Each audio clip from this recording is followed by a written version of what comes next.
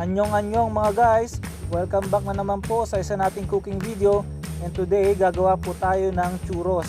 Pero gagawin po natin siyang Pinoy style, kaya lalagyan natin siya ng ube para maging ube churros. Napakadali lang pong gawin ito at napakagandang gawing negosyo. Kaya watch nyo na po hanggang dulo.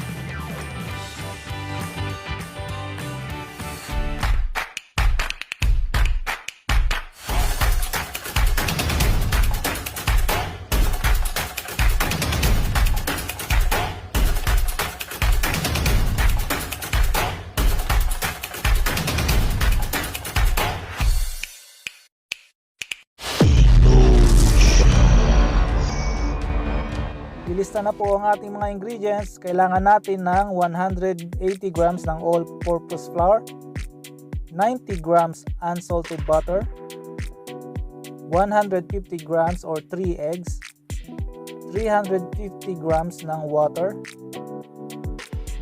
20 grams ng dark brown sugar, 2 teaspoon vanilla powder or vanilla extract, 1 gram salt, and 2 tablespoon ng McCormick ube essence. So kailangan natin ng pot.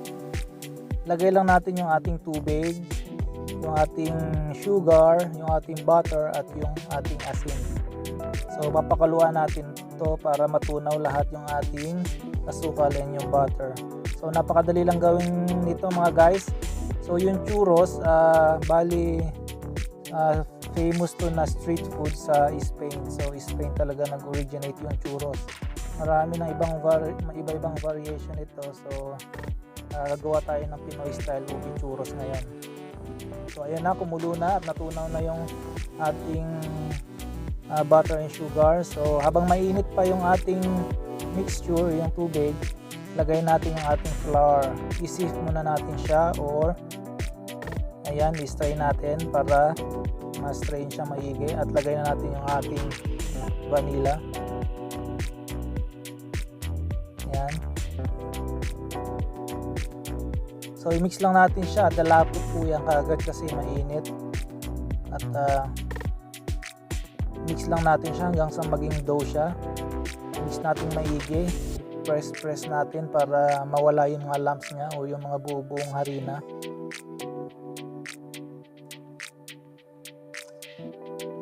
So maganda itong pang negosyo mga guys dito sa Korea.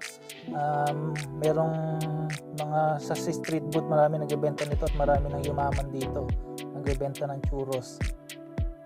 Ayan, so ilagay na natin yung ating egg. Ayan, i-scramble natin at ilagay lang natin siya ng pakonti-konti para hindi tayo mahirapang mag-mix. Ayan, so mix lang natin hanggang sa maubos yung ating itlog.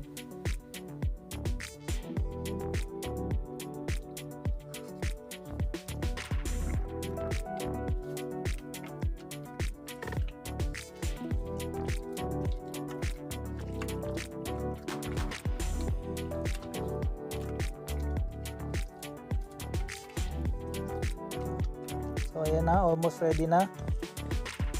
Dagdag pa natin yung ating itlog. So bali ang texture nito napaka malambot na ilalagay natin sa piping bag. So yan, after nito ilalagay natin siya ulit sa stove. So lulutuin natin siya ng konti habang minimix natin. So ilagay natin siya sa low medium heat. Ayan, mga ilang minuto lutuin natin at halu-haluin natin hanggang sa maging translucent yung kulay ng ating dough. So mix lang natin yan.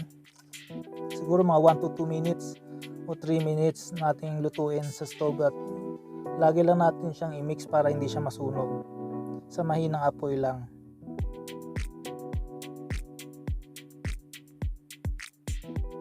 Okay, almost ready na yan. Lalagay na natin yung ating ube essence. Ayan, gagamit tayo dito ng McCormick. So ito yung pinaka the best na ube flavoring at saka maganda yung kulay nito.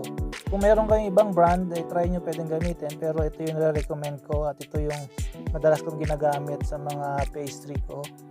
Ayan, paggawa ko ng mga ube flavor. So Ito yung malasang ube talaga siya. So parang natural na ube talaga. So ilagay na natin siya sa ating piping bag. Ayan. So i-prito na natin. So i-deep fry natin siya mga guys sa low medium heat lang. Kailangan ang temperature ng ating oil is nasa 170 degrees. Ayan. So wag natin siyang biglang lulutuin ng mainit. Wag natin lalagay yung mantika ng mainit kasi mabilis siyang magbo-brown yung labas at ilaw yung loob. So kailangan dahan-dahan lang. Siguro i-deep fry natin siya ito ng mga 5 to 7 to 10 minutes yan sa mahinang apoy lang.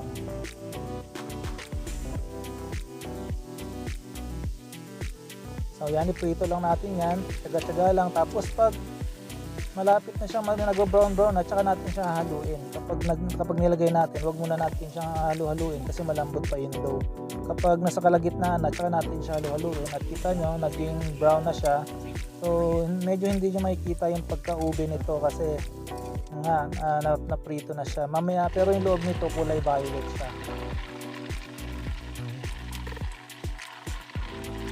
So kailangan iluto natin siya ng maigi. Kailangan yung labas niya maging crispy. Pag kinagat mo dapat malutong talaga yung gumaganon. So kailangan sakto lang yung apoy niya at huwag natin bibiglain sa luto.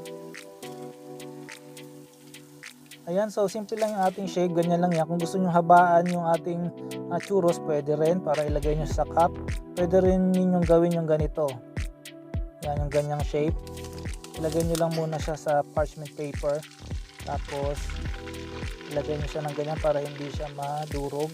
At tatanggalin nyo rin yung parchment paper after ng few seconds.